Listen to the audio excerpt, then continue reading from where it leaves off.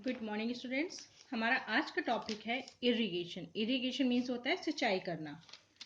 जैसे कि आप लोग जानते हैं, फसल के पौधे अपना पानी सॉइल द्वारा प्राप्त करते हैं। सॉइल पानी बारिश के द्वारा ऑब्टेन करती है, जबकि पर्याप्त वर्षा हमेशा अवेलेबल नहीं होती है, इसलिए सॉइल एबल नहीं होती है कि वो क्रॉप को सफिशिएंट वाटर दे सके। तब एक्स्ट्रा वाटर क्रॉप के लिए इरिगेशन द्वारा प्राप्त किया जाता है। Irrigation is the process of supplying water to crop plant by means of canals, wells, tube well, etc. हमारे देश में 12 मेजर रिवर बेसिन्स हैं और 8 कंपोसाइट रिवर बेसिन्स हैं। ग्राउंड वाटर भी कंट्रीब्यूट करता है significantly to our total water resources, जो कि रिप्लेनिश्ड होता है रेनफॉल के द्वारा। जबकि केवल 55% हमारा क्रॉप एरिया केवल पार्शली या आंशिक रूप से इरिगेट किया जाता है, 25%, और is under assured irrigation about 30%।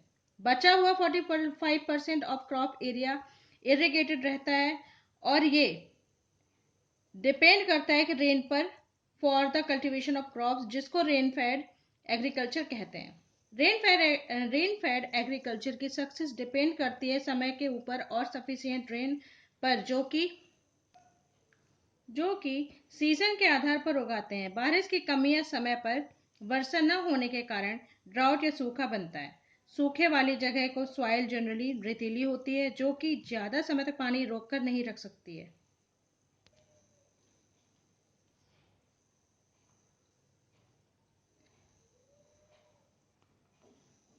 इसलिए ये ड्राउट की वजह से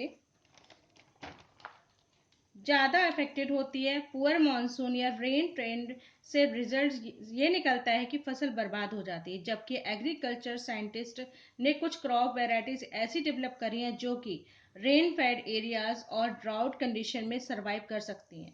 वाटर मैनेजमेंट के द्वारा फसल के लिए रिक्वायर्ड वाटर को सप्लाई करते हैं without harming soil aeration. Advantages of irrigation in agriculture. Irrigation fulfil in the following goals. पहला है, क्रॉप प्लांट्स को फ्रेश वाटर के साथ सींचना चाहिए, जिसमें हाइड्रोजन और ऑक्सीजन दो जरूरी एलिमेंट्स होने चाहिए। दोनों एलिमेंट्स वाटर मॉलिक्यूल्स में प्रेजेंट होते हैं, जो कि क्रॉप प्लांट के डेवलपमेंट और ग्रोथ के लिए बहुत जरूरी होते हैं। दूसरा है, बीजों को अंकुरित होने के लिए सिंचाई के द्वारा मिट्टी में नमी होनी जरूरी होती है, क्योंकि सूखी मिट्टी में बीज अंकुरित नहीं हो पाते हैं। थर्ड है हमारा, ग्रोथ और elongation of the root of the crop plants के लिए इरिगेशन जरूरी होता है। अच्छी फसल के लिए क्रॉप प्लांट्स में एरियल ब्रांचेस की संख्या का बढ़ाना भी जरूरी होता है, इसलिए इरिगेशन जरूरी होता है, क्योंकि अगर उसमें नई ब्रांचेस निकलेंगी तो फसल अच्छी ज़्यादा पैदा होगी। फिफ्थ पॉइंट, फसल के पौधे अपना न्यूट्रिएंट्स भी सॉइल से ही प्राप्त करते हैं या एब्जॉर्ब करते हैं, जिसमें भी पानी की जरूरत होती है, क्योंकि न्यूट्रिएंट्स वाटर में डिसॉल्व हो जाते हैं और पौधे जड़ों द्वारा अपने न्यूट्रिएंट्स अवशोषित कर लेते हैं, जो कि पौधों के डेवलपमेंट के लिए बहुत जरूरी होता है। Factors controlling irrigation. The irrigation or water requirement of crop plants depend on the following two factors. पहला, irrigation डिपेंड करती है क्रॉप प्लांट्स के नेचर पर। दूसरा है, irrigation डिपेंड करता है सॉइल पर जिसमें फसल उगाई है, उसके नेचर पर, या सॉइल बेस्ड इरिगेशन। पहला है हमारा crop based irrigation. Different crop के लिए डिफरेंट रिक्वायरमेंट होती है पानी की, ग्रोथ की डिफरेंट स्टेजेस से मैच्योरेशन तक। कुछ क्रॉप को अधिक पानी चाहिए, जबकि कुछ को कम चाहिए। जैसे पैडी यानी धान को ज्यादा वाटर की आवश्यकता होती है। धान को पानी से भरी हुई फील्ड में रोपा या लगाया जाता है और सिंचाई भी जल्दी करनी पड़ती है। वहीं वीट्स या गेहूं को, चने को, कॉटन को बहुत कम पानी चाहिए होता है। अब दूसरा है हमारा सॉइल बेस्ड इरिगेशन, यानी कि मिट्टी के नेचर पर डिपेंड करता है कि उसको कितनी बार सिंचाई करना है। सिंचाई सॉइल के नेचर पर डिपेंड करती है कि सॉइल में कौन सी फसल बोना है, वो भी नेचर पर डिपेंड करता है। अगर किसी क्रॉप को हमने सैंडी सॉइल में बोया है तो उसे पानी की ज़्यादा आवश्यकता पड़ेगी, जिससे इरिगेशन बार बार करना पड़ेगा क्लेई सॉइल की अपेक्षा। जो क्रॉप हमने क्लेई सॉइल में उगाई है उसमें हमें पानी कम उसको कम हमें इरिगेट करना पड़ेगा उस क्रॉप को, जबकि सैंडी सॉइल की क्रॉप को हमें ज़्यादा इरिगेट करना पड़ता है, क्योंकि सैंडी सॉइल बहुत पोरस या हवादार होती है, जिससे पानी ज़्यादा सोख लेती है। सैंडी सॉइल में जैसे ही सिंचाई करते हैं पानी क्विकली परकोलेट हो जाता है, यानी सोख जाता है, और वो सोख कर नीचे चला जाता है, जिससे प्लांट्स उनको और जो इस मिट्टी में फसल को उगाते हैं उनमें इतनी क्षमता नहीं होती है कि पानी को रोक कर रख सकें। इसलिए क्लेई सॉइल अच्छी होती है क्योंकि इसे पानी को रोक कर रखने की क्षमता अधिक होती है।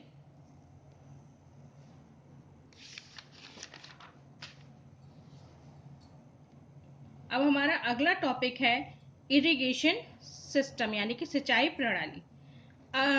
अवर कंट्री यानी कि हमारे देश में ज़्यादातर खेती वर्षा पर आधारित होती है।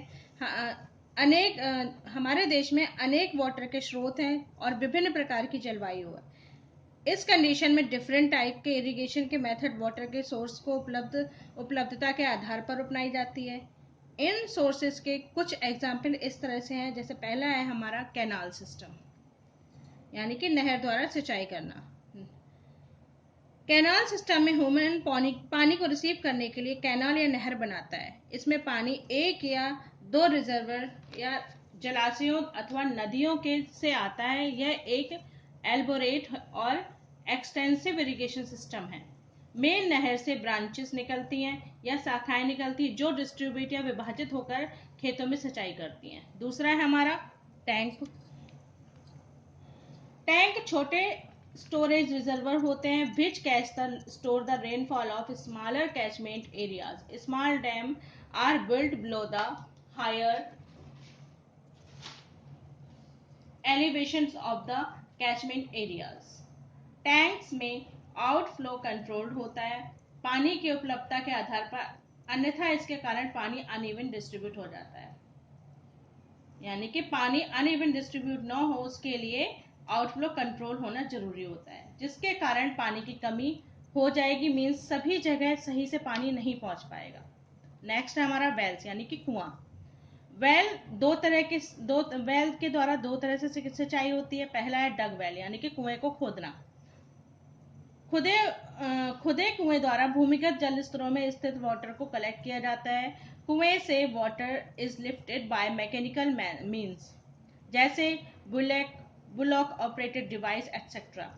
नेक्स्ट है हमारा ट्यूबवेल। ट्यूबवेल में पानी गहरे जल स्तरों से निकाला जाता है। इन कुओं से इरिगेशन या सिंचाई के लिए पानी डीजल या इलेक्ट्रिसिटी रन पंप द्वारा निकाला जाता है। डीप बेयर ट्यूबवेल लगातार कई सालों तक पानी सप्लाई कर सकता है। रिवर लिफ्ट सिस्टम, नदी जल उठाव प्रणाली। जिन एरियाज में जलाशयों से कम पानी मिलने के कारण नहरों या बहाव का अनइवन होता है, वहां रिवर लिफ्ट सिस्टम अधिक यूजफुल रहता है। नदियों के किनारे स्थित खेतों में सिंचाई करने के लिए नदियों से सीधे ही पानी निकाला जाता है। फोर्थ है हमारा रिवर वैली सिस्टम, यानी नदी घाटी प्रणाली। हमारे देश में कुछ जगहों पर जैसे कर्नाटका और केरला, जो कि वेस्टर्न घाट्स के साथ में हैं, वो जो वाटर डिस्चार्ज करते वो स्टीप और नैरो रिवर लाइन वैली से होते हुए जाता है। जब रेनी सीजन होता है तो ये रबी सीजन के समय पर सूख जाती हैं। इन वैलीज के स्लोप पर कुछ फसलें उगाई जाती हैं, जैसे कोकोनट, एरिका नट्स यानी सुपारी, कॉफी, रबर एंड टेपियोका। और जो बॉटम फ्लैट लैंड वैलीज की होती है उसमें एक फसल राइस की होती है।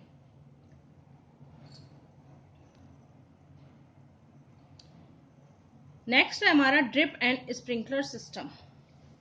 इसमें पाइप को यूज किया जाता है। स्प्रिंग वाटर और स्प्रिंकलर सिस्टम के द्वारा बहुत सारा पानी बचता है और ये बहुत नेचुरल है। ये मेथड यूएसए, ब्रिटेन, यूरोप और भारत में भी कुछ हिस्सों में यूज किया जाता है। वाटर एगमेंटेशन, पानी में वृद्धि। इसका पहला मेथड है रेन वाटर हार्वेस्टिंग। बारिश के पानी को वेस्ट नहीं होने देना चाहिए, इसको कलेक्ट करना चाहिए और इसको यूज करना चाहिए। ग्राउंड वाटर को रिचार्ज करने के लिए सिंकिंग डीप ड्रेन पाइप के द्वारा इस पानी को हम कुएं में भी इकट्ठा कर सकते हैं। सेकेंड हमारा watershed management. Small check dams are built up in watershed areas to increase percolation of water into ground, reduce flow of rain water and prevent soil erosion. Next topic हमारा cropping pattern. Cropping pattern यानी कि फसल pattern. अधिक लाभ प्राप्त करने के लिए क्रॉप प्रोटेक्शन की डिफरेंट मेथड का यूज कर सकते हैं। मैं इसे शॉर्ट में समझाऊंगी क्योंकि चैप्टर बहुत लेंथी है, एक बार इसे आप खुद से भी पढ़ लेना। तो हमारा पहला मेथड है मिक्स क्रॉपिंग यानी कि मिश्रित फसल।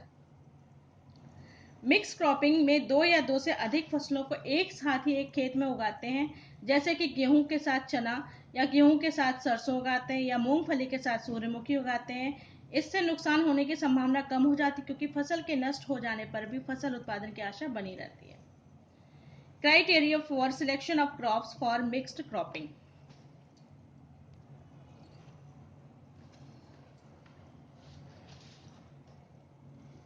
देखिए मिक्स क्रॉपिंग क्रॉप्स के लिए क्या क्या क्राइटेरिया या मानदंड होने चाहिए। पहला है डिफरेंट क्रॉप्स को जब हम एक साथ उगाते हैं तो उन्हें इस तरह सिलेक्ट करना चाहिए कि वो प्रोडक्ट और वेस्ट मटेरियल हमें एक क्रॉप से मिलेगा। जो प्रोडक्ट और वेस्ट मटेरियल हमें एक क्रॉप से मिलेगा वो दूसरी क्रॉप की ग्रोथ में हेल्प करेगा।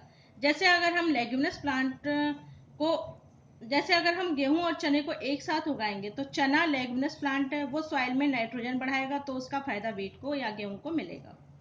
सेकेंड हमारा, जब हम क्रॉप का सिलेक्शन करें तो हमें ये ध्यान रखना चाहिए कि उनके बीच कोई कंपटीशन नहीं हो, जैसे लाइट के लिए, न्यूट्रिएंट्स के लिए और पानी के लिए। फॉर एग्जांपल, जैसे एक क्रॉप लॉन्ग ड्यूरेशन है और दूसरी शॉर्ट ड्यूरेशन है, यदि एक क्रॉप फेल होती है तो मॉइस्चर की कमी के कारण या न्यूट्रिएंट के कारण, तो दूसरी क्रॉप के लिए रिस्क हो सकता है और वो भी फेल हो सकती है। दूसरा है हमारा अ क्रॉप टॉल ग्रोइंग और इसकी शॉर्ट ग्रोइंग है, यानी कि एक क्रॉप टॉल ग्रोइंग जो लंबे होते हैं और एक क्रॉप ऐसी है जो कि छोटी होती है, वो भी एक साथ नहीं चल सकती हैं। यदि एक क्रॉप की जड़ें ज़्यादा गहरी जाती हैं और दूसरी क्रॉप की जड़ें ऊपर मतलब ज़्यादा गहरी नहीं जाती हैं। फिर नेक्स्ट हमारा था क्रॉप को ज़्यादा वाटर चाहिए, एक क्रॉप को ज़्यादा वाटर चाहिए, दूसरी को कम पानी चाहिए। तो इन बातों का मिक्स क्रॉपिंग में ध्यान रखना चाहिए। अगला है हमारा advantages of mix cropping. Uncertain monsoon reduce होने के कारण टोटल क्रॉप फेलियर होने का रिस्क रहता है।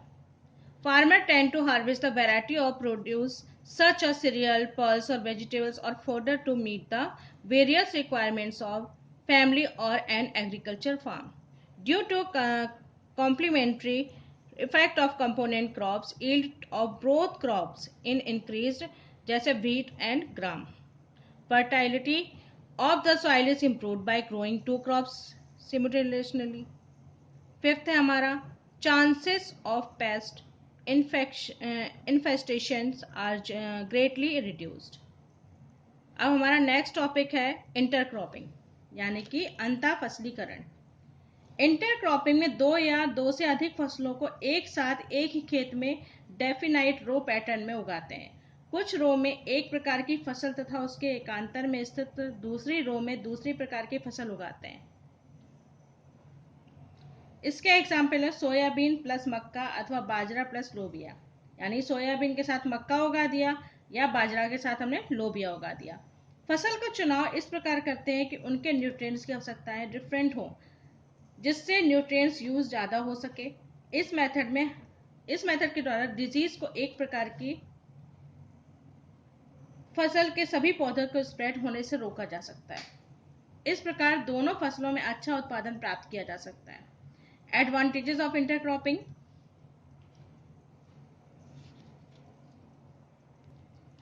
नेक्स्ट हमारा advantages of intercropping.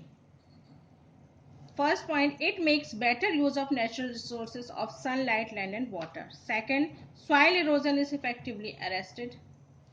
Third, seeds को बोने से पहले मिक्स करने की जरूरत नहीं होती है, जिस फसल को जितने न्यूट्रिएंट्स की जरूरत होती है उतना ही फर्टिलाइजर ऐड करते हैं।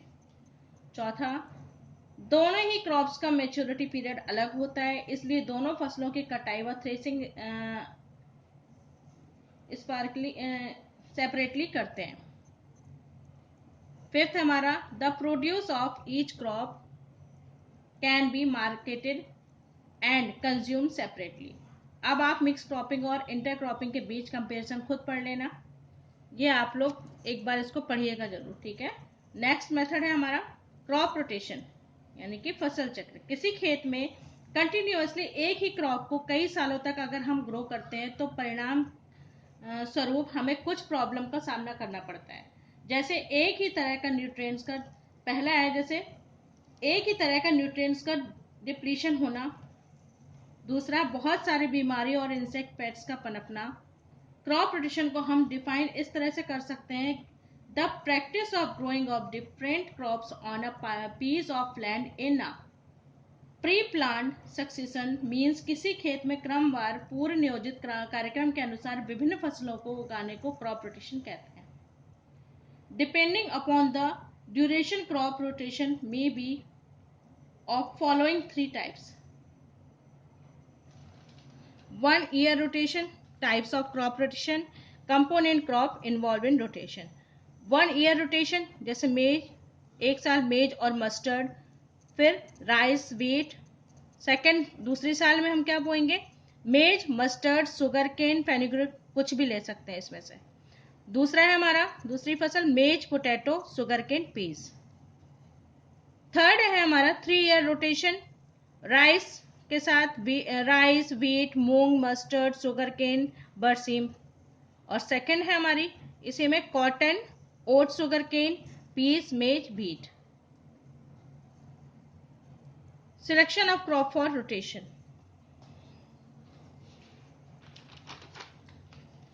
मेच्योरिटी के बेस पर डिफरेंट क्रॉप मिक्सिंग के लिए क्रॉप रोटेशन अपनाया जाता है। इस कटाई के बाद कौन सी फसल उगानी चाहिए, यह मॉइस्चर तथा सिंचाई की उपलब्धता पर निर्भर करती है। यदि क्रॉप रोटेशन को उचित ढंग से अपनाया जाए तो 1 ईयर में 2 अथवा 3 फसलों का उत्पादन किया जा सकता है। अगला हमारा है क्रॉप वैरायटी इंप्रूवमेंट। आप लोग एडवांटेजेस ऑफ क्रॉप रोटेशन वगैरह पढ़ लीजिएगा, वही सब कुछ है जो कुछ मैंने भी समझाया है। क्रॉप वैरायटी इंप्रूवमेंट मैं आपको नेक्स्ट क्लास में पढ़ाऊंगी, और जो असाइनमेंट मैं दूंगी उसको सभी लोग सॉल्व करके मेरे पास भेजिएगा, ठीक है। Thank you.